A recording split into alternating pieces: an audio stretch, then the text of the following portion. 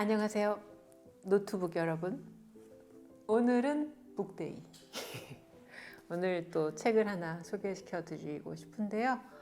사실 이거는 이 조동인이라고 작사가분의 책이에요. 근데 작사가를 사실 저는 더 되게 좋아해요.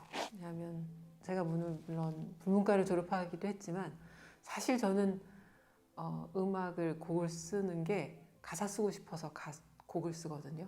가사말을 음악으로 표현하고 싶어서 가사 쓰는 걸 너무 좋아해요. 제가 많은 곡들의 가사를 붙일 때 되게 행복하고, 내가 쓴 가사를 부를 때는 좀 감정도 남다르고, 그런데 단점이 남의 가사를 받아서 부를 때 납득이 안 갔다 그러면 노래가 안 돼.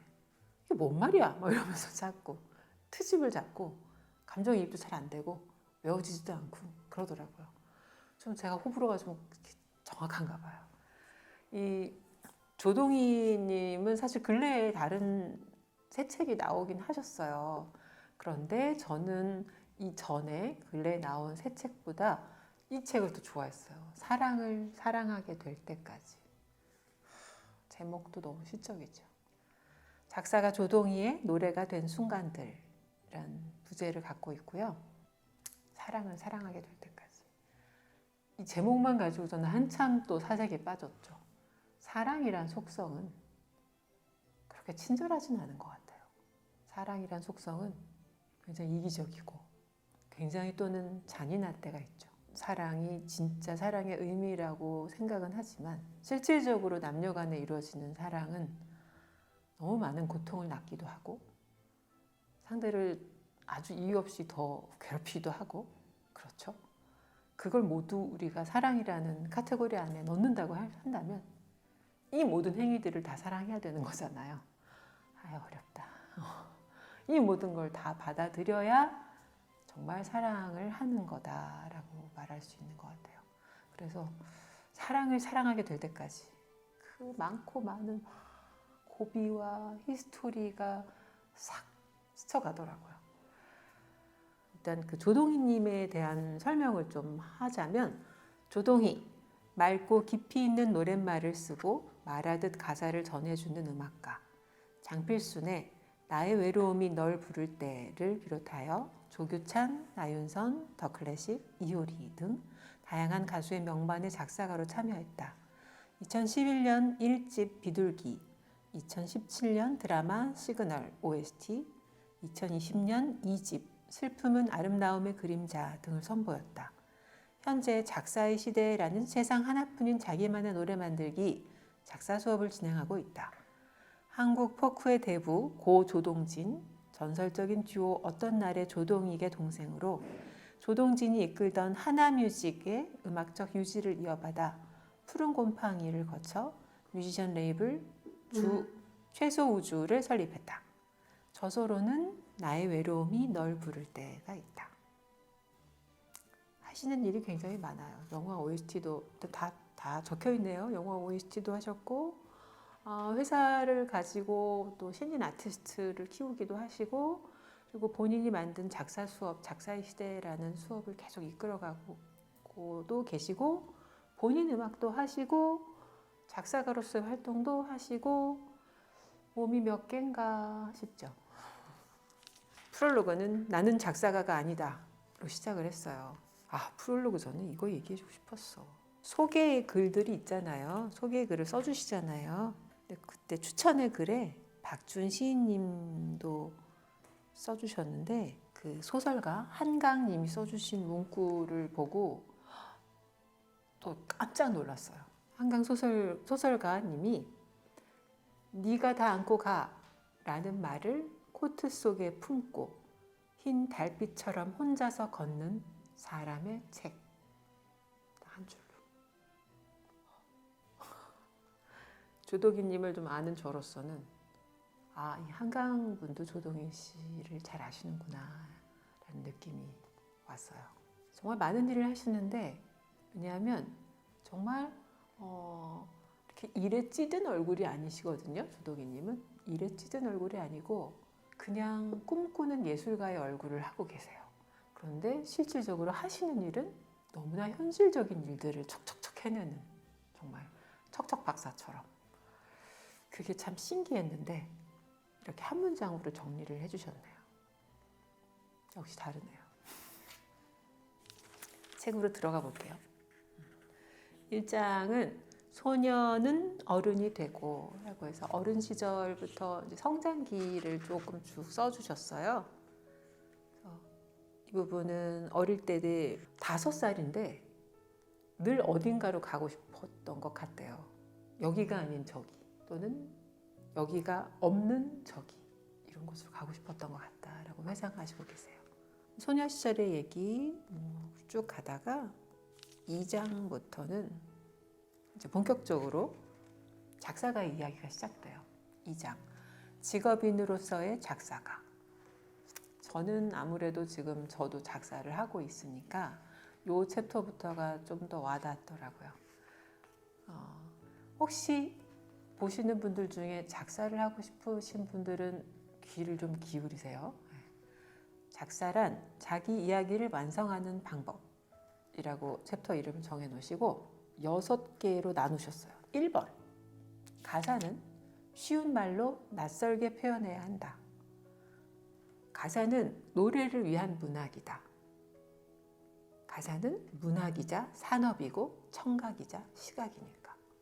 이런 가사를 쓰는 보통 노하우를 전수하는 책들은 굉장히 상업적인 단어로 직관적으로 쓰잖아요. 근데 그런 문장까지도 산업이고 청각이자 시각이다라고 얘기하시니까 아름답다. 역시 작사가다.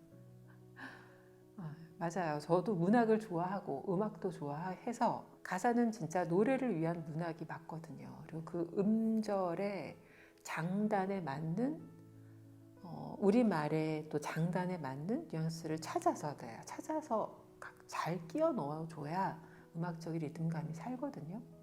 그런 작업을 할 때는 보물찾기 하는 것 같죠. 숨어있는 보물찾기. 막 떠다니는 그 수많은 단어들을 이 음에 딱 맞게 끼워 넣으려면 엄청 생각을 많이 해야 돼요. 그리고 평상시에 많이 메모도 해놓고. 2번째 조건은 시대를 타지 않도록 하는 게 중요하다. 유행어 줄임말보다는 어느 시대에나 통용될 수 있는 보편적 언어를 사용해야 한다. 그렇다고 그 시절의 시대 정신, 자신의 나이에 할 수 있는 이야기를 전부 숨길 필요는 없다. 3번, 디테일은 생명이다. 디테일이 좋을수록 가사는 작사가의 이야기에서 청자의 이야기로, 청자의 보편적 정서에 다가가기 때문이다. 음악이나 여타의 기술, 모든 창작이 그렇듯 가사도 오랜 시간 훈련에 의해 만들어진다. 가끔 표현력, 리듬감, 본능적인 라임이 뛰어난 사람들이 있기는 하다만 그들도 알고 보면 음악에 가까운 본인도 모르게 음악적인 무언가가 체화된 사람일 확률이 높다. 주로 학생들이 가사 쓰는 거 생각보다 많이 어려워해야 하거든요. 네, 이걸 어디서부터 어떻게 가르쳐 줘야 되는지 잘 모르겠을 때가 있어요. 아무래도 저보다는 이제 전문 작사를 하시는 이런 분들이 더 체계적으로 설명을 해주실 것 같아요. 4번, 노랫말에 생동감을 주어라. 우리에게는 오감이 있다. 시각, 청각, 후각, 미각, 촉각 중 하나를 꼭 포함한 문장을 만들어 공감각을 표현해보는 것이 좋다. 또한 의태어, 의성어를 넣거나 도치법을 만들므로써 흡입력을 높이고 강한 인상을 주자. 예를 들어 어서 돌아와처럼 긴박한 감정을 나타낼 때 돌아와 어서로 바꾸면 어서라는 부사가 강조되면서 상황이 더 긴장감이 생긴다는 말이죠. 저도 많이 쓰거든요. 형용사를 뒤로 놔버린다든지. 우리는 보통 명사가 뒤에 오잖아요. 하는 이렇게 표현해야 되는데 사랑, 끝나지 않을 이렇게 표현한다든지 이런 방법을 저도 많이 쓰고 있어요. 5번, 메모를 습관화해라. 메모 중요하죠. 최초의 메모가 중요하다. 습작 없이도 글자 수에 맞춰 한 번에 써내려가는 경험을 나중에 할 수 있게 된다 하셨고, 6번, 다 된 것 같을 때 한 번 더 보자. 굳이 도움이 안 될 문장들은 과감히 빼는 것이 좋다. 가사는 다 되었다 싶을 때 보고 또 봐야 한다. 7번. 영화 감독이라도 된 것처럼 마치 한 장의 엽서에 그림을 그리듯 단 한 장면의 묘사라도 구체적으로 하는 게 좋다. 자신이 영화 감독이라 생각하고 듣고 있는 음악이 어떤 장면에 쓰이게 될지 상상해보자. 정작 노래에 그것들이 다 나타나지 않을지라도 작사가의 마음속에는 이미 이야기가 완성되고 그로 인해 노래의 스토리가 만들어진다. 작사는 우리의 삶이 그러하듯이 모든 디테일을 그려쥐고 단순한 사파를 그리는 일이다. 많은 것을 알지만 말을 아끼는 사람처럼 고고한 아름다운 노래가 그리 쉽게 나오지는 않을 것이다. 전 이 문장이 좋았어요. 많은 것을 알지만 말을 아끼는 사람처럼.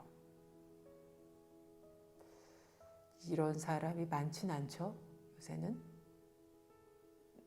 누구나 더 많이 안다고 표현하고 싶고 더 많이 말해야 남들이 들어준다고 생각하는데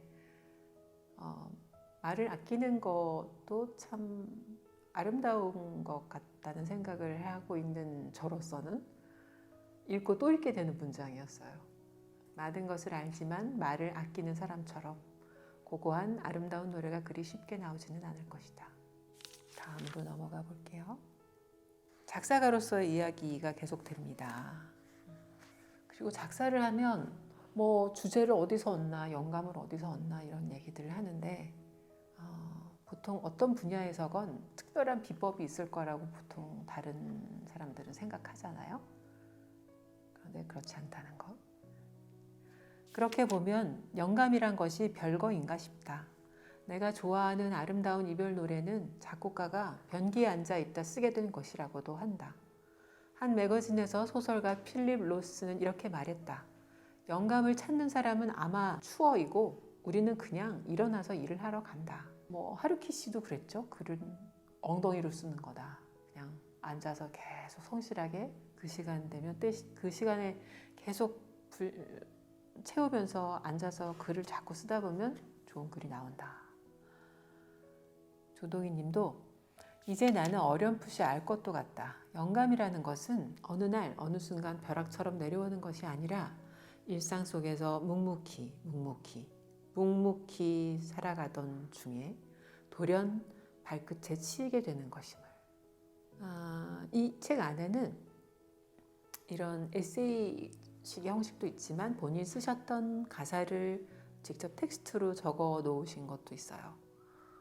그리고 처음에 쓴 가사가 어떤 수정 작업을 거쳐서 결국 이렇게 바뀌었다라는 과정을 써주시기도 했어요. 장필순 님이 부른 아름다운 이름 중에 한 구절을 읽어드릴게요. 가던 길 잠시 멈춰서서 노을 젖은 언덕을 보네. 나도 모르게 숨 한 번 크게 내쉬네. 빛과 바람과 시간 속에 주름진 얼굴과 기억들. 멈추지 않고 어두운 밤에서 새벽으로. 알고 있나요? 삶이라는 것. 버텨내고 이겨내며 붙잡고 싶은 그 이름. 알고 있나요? 사랑이란 것. 내 모든 것 다 주어도 아프고 미안한 이름. 시죠. 다음 챕터. 레온 플레이셔라는 챕터인데요. 본인이 육아와 버거운 일상으로 힘들어할 때 동진 오빠가 해주신 이야기다. 미국의 피아니스트인 레온 플레이셔는 한창 왕성한 활동을 하던 시기에 오른손 마비가 왔다. 그러나 그는 포기하지 않고 왼손으로만 된 연주곡을 만들어 연주했으며 오른손의 재활도 거르지 않았다. 그런 그의 오른손은 40년 만에 마법처럼 움직이기 시작했고 그때 발표한 앨범의 타이틀이 Two Hands다. 레온 플레이셔는 91세로 세상을 떠났다. 레온 플레이셔에게 오른손의 소리는 어쩌면 생을 걸고서라도 지키고 싶었던 것이 아니었을까? 차이콥스키의 마지막 제자에게 사사받은 음악가 닐스 프람 역시 왼쪽 엄지를 다쳐 9손가락만으로 연주를 했다고 한다. 멈추지만 않으면 돼. 열정 앞에서는 어떤 것도 장애가 되지 않는다.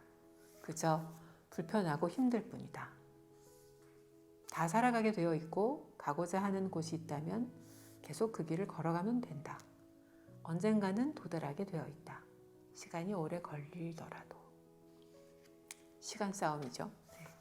그 다음 챕터. 그 겨울 나의 외로움이 널 부를 때. 그 시 같은 한 문장이 있어서 그해 겨울은 눈이 많이 왔다. 누군가를 잃는다는 것은 어쩌면 겨울바람 같은 것. 아팠던 마음들 견뎌내야만 지나가는 추운 시간들이 언젠가 내게 답을 해줄 거라는 반드시 돌아오는 봄처럼 오래 걸려도 꼭 내게 꽃을 피워줄 거라는 그런 오랜 믿음이 있었다. 저는 가끔 그런 시간 생각했거든요. 기다리는 걸 잘하는 사람이 결국은 가장 현명한 사람이고 가장 많은 것을 얻을 수 있는 사람이라는 생각. 근데 이 책을 보면서 또 이분을 만나보면서 그 기다림의 시간을 아름답게 잘 보내는 분이구나 라는 생각이 들었어요. 작품이 완성될 때까지 걸리는 시간도 마찬가지고 내 인생이 내가 원하는 방향으로 갈 때까지 버티고 기다리는 시간. 나는 과연 그런가? 라는 생각을 했죠. 그 시간 동안 심지어 슬픔까지도 아름다움의 그림자라고 생각을 한다고 문장이 있어요. 슬픔은 아름다움의 그림자. 산다는 건 하루하루 어려운 시. 사랑은 비를 담은 투명한 구름. 내가 걷는 이 길은 끝을 알 수 없는 책. 해지면 바람의 길을 따라 꽃잎이 훨훨 떠나는 걸 봤지만 달빛은 혼자 빛나지 못해요. 그 빛은 어쩌면 사라진 별들의 기도. 내 곁을 따르는 저 긴 그림자는 저 멀리 그대의 선물이에요. 조동희님의 슬픔은 아름다움의 그림자. 아름다운 글을 써내시는 분들의 마음은 정말 얼마나 아름다운 것인가라는 생각이 들어요. 이렇게 아름다운 생각이 문장으로 나올 텐데 그래서 책을, 문학을 더 가까이 해야 하는 것 같아요. 자꾸 마음이 뾰족해지고 그 뾰족한 게 또 누군가에게 안 좋은 영향을 주거나 누군가를 아프게 하는 말을 뱉어내게 되잖아요. 그래서 저는 더 책을 읽는 것 같아요. 그렇게 막 뾰족해지고 막 예민해지는 나를 컨트롤할 수 있고 나를 좀 보듬어 줄 수 있는 시간이 되는 것 같아서 음악만큼이나 역시 이 좋은 글귀들은 정말 중요하다라는 생각이 들어요. 숲의 레퀴엠이라는 챕터에 사람들이 섬처럼 가깝고 멀어지고 태어나고 떠나갈 때 우린 어떤 마음을 준비해야 할까? 다시는 만나지 못할 등불 같은 사람에게 수국이 되어 물어보고 싶다. 거기에도 달이 뜨느냐고, 아픔이 있느냐고. 당신이 알려준 노래가 마음 빈 방에서 혼자 울리고 그 노래에 내가 이렇게 소녀가 되어도 들판에 새 잎은 한 뼘 또 자라나겠지. 새들은 쉬어갈 집을 짓겠지. 저 바람에 기대 적어본다. 이제는 그리운 것, 눈물이 아니라고. 사랑의 얼굴로 다시 피어난다. 아마 이 책을 보시면 책도 보고 음악도 듣는 기분이 드실 거예요. 그리고 또 이 책에 나와 있는 작사니까 작사로 발표된 그 문장들은 한번 음악으로 들어보시면 또 감상 포인트가 또 달라질 거예요. 작사가로서라는 챕터 안에 나는 늘 글과 음악 사이에 있었다. 작사가, 싱어송라이터, 영화음악가, 작가. 지금 내게 붙은 수많은 타이틀 중에서 처음 프로로서 얻은 직업은 작사가였다. 90년대 초중반 한창 작사 일을 활발히 하던 그때는 가요계의 르네상스였던 100만 장의 앨범 판매가 가능하던 시절이었고 작사료나 저작권료 또한 잘 융통되던 시기였다. 한번 작사를 맡길 때 앨범의 전곡을 맡기는 경우도 허다했으니 당시 나는 꽤 바쁜 20대를 보냈을지도 모른다. 한편 어딜 가나 작곡에 비해 작사가 간편해 보이니 작사는 쉽게 써준다고 생각하는 사람들이 꼭 있었는데 녹음실 관계자가 본인이 가사를 쓰겠다고 나서는 경우도 많이 보였다. 저 이런 경우 정말 많이 봤어요.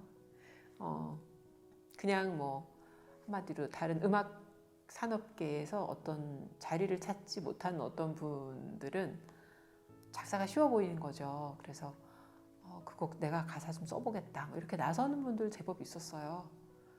근데 심지어 그걸로 그런 계기로 음악계에 등단을 하신 분들도 많다는 게 또 사실입니다. 현실입니다. 저작권협회의 퍼센트가 작곡 50, 작사 50, 편곡 20이라고 표현을 해요. 그러니까 40, 40, 20이란 얘기죠. 근데 작곡가들이 가끔 그런 불만을 토로한 적이 있어요. 아니 작사가들은 그냥 글 한번 쑥 쓰면 되는데 왜 우리랑 저작권료 배분율이 똑같은 거야? 우리는 그거 하려면 음악도 만들어야 되지, 뭐 트랙도 만들고 뭐 데모도 만들어야 되고 뭐 할 일이 너무 많은데 투덜투덜 하시는 걸 들은 적이 있는데 그만큼 아무나 할 수 있는 일은 아니어서 그런가 보다. 그리고 좋은 가사를 뽑아내는 건 그만큼 어려워서 그런가 보다라고 저는 생각해요. 충분히 퍼센트가 합당하다고 생각해요. 이제는 그 작사가로서의 그 챕터는 지나가서요. 3장 우리들의 중력, 그 안에 소제목으로 자기만의 십자가. 내가 삐걱이며 지나온 발자국들은 내 상처를 만들고 다시 덮어온 삶의 기록. 그 좌절과 부끄러움, 반성과 슬픔의 시간들이 결국 나를 조금 더 어른으로 만들어주는 걸 알기에 누구나 자신만의 십자가를 이고 걸어가요. 슬픔의 무게를 잴 수도 비교할 수도 없듯이 내게 닥친 시련은 누구도 나만큼 무거워하지 않는다. 그 시련 앞에 넘어지고 쏟아지며 걷는 게 삶이다. 그러니까 우리의 실수들은 얼룩이 아니라 무늬, 나를 만든 고마운 무늬. 그 십자가를 이고 걸어간다. 자신의 십자가라는 대사만 안톤 체호프의 그 대사인 거고요. 전체적인 글은 조동희님이 쓰신 거고요. 그죠? 나만의 십자가가 있다는데 그게 가끔 너무 무거울 때가 있어요. 확 집어 던지고 싶지만 그것도 안 될 때가 있죠. 또 다른 소재 산책. 육아를 하시는 동안 되게 힘들었나 봐요. 육아와 일을 겸할 때에 떠나고 싶다라는 생각을 많이 하셨대요. 그렇게 해서 어느 날 갑자기 통영으로 떠나셨대요. 한 시인분과 그분이 이렇게 위로를 해주셨나 봐요. 떠나고 싶게 만드는 건 중력이 있기 때문이에요.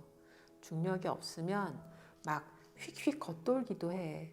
그 중력이 당신의 힘이에요. 그 산책 이후 나는 큰 깨달음을 얻은 듯했다. 내 어깨 위에 얹힌 짐들에 놀라서 때로는 아무도 모르게 던져버리고 싶은 그 일상의 중력이, 우리가 가진 중력의 메아리가 어쩌면 우리를 지탱해주는 것이라는 말은 산책길에 만난 풀처럼 우리를 다독여준다.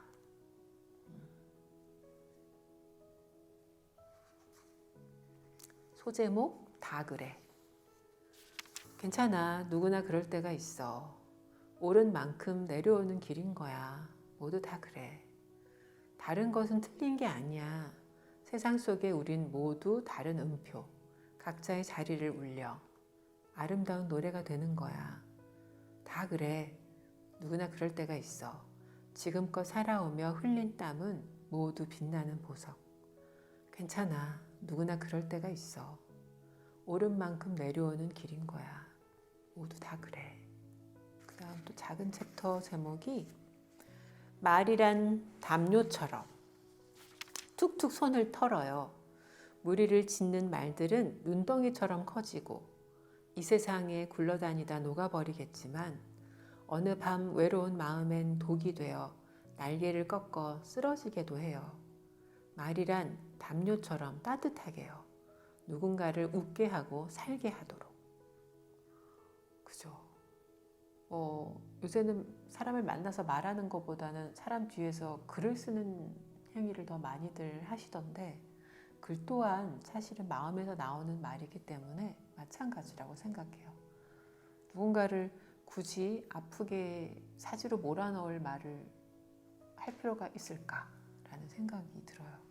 그리고 말을 예쁘게 하는 걸 좀 어디서 가르쳐줬으면 좋겠다. 다들 너무 무서운 말을 많이 하니까 무섭고 매운 말을 많이 해서 말이란 담요처럼 따뜻하게 누군가를 웃게 하게 그렇게 살면 좋겠어요. 저도 너무 공감해요. 마지막 큰 챕터 4장 사랑 아무것도 아닌 얘기. 소제목으로 연애시. 한 일도 없이 하루가 다 갔어요. 사실 난 뭐 하나 내세울 것 없소. 하지만 당신이 그리워 글을 쓴다오. 나 기다림 하나만은 자신 있어요. 밤과 새벽 사이, 외로움과 그리움 사이, 눈빛과 떨림 사이, 사람과 사랑 사이. 이 사랑이 결국 나를 아프게 해도 사랑 없는 인생보다는 낫지 않은가? 빛과 어둠은 우리 머리 위에 언제나 돌고 돌고 돌아오는데 움츠리는 그대여, 내 말 들어봐요. 사랑은 너무나 좋은 거예요. 이 세상 한 번쯤은 그 모든 걸 바쳐 아무 남김없이 사랑을 해요.